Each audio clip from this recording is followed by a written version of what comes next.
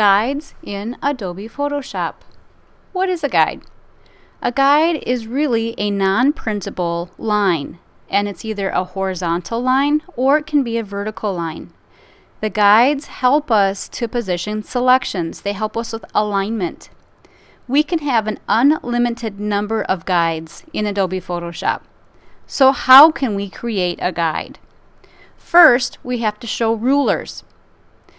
So I can either use my shortcut key, if you know that one, and this is an easy one to remember. For rulers, Control or Command R. We can also go under the View menu, and if you don't know all of those shortcuts yet, don't worry, they will come. So right here, View menu down to Rulers. When I click that, I'll get rulers across the top and across the left side.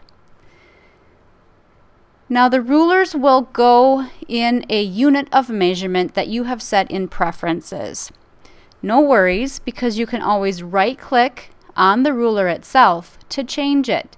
So you can have pixels or inches, you might have points or percentages, centimeters, millimeters.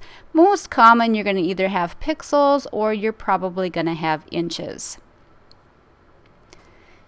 So once we have the rulers up, we just position our pointer over top of the ruler, either on the horizontal top or the vertical along the left, and we just drag down.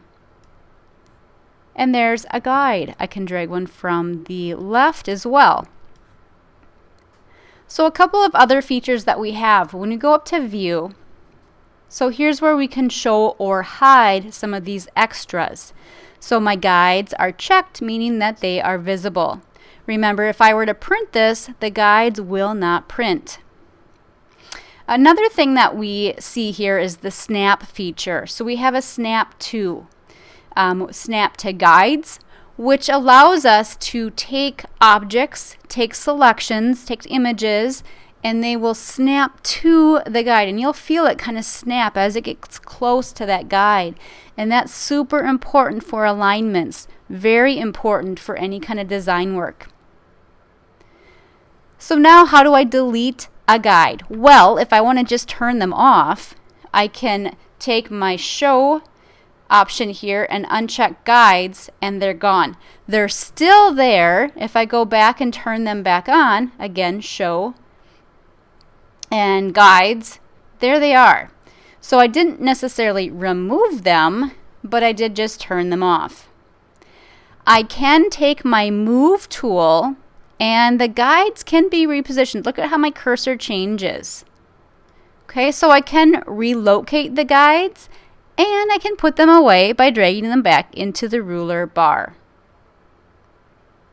Okay, so we can do a lot of interesting things with guides. They are very helpful in alignment, very helpful in letting us snap objects to make sure that we have a very clean, crisp layout.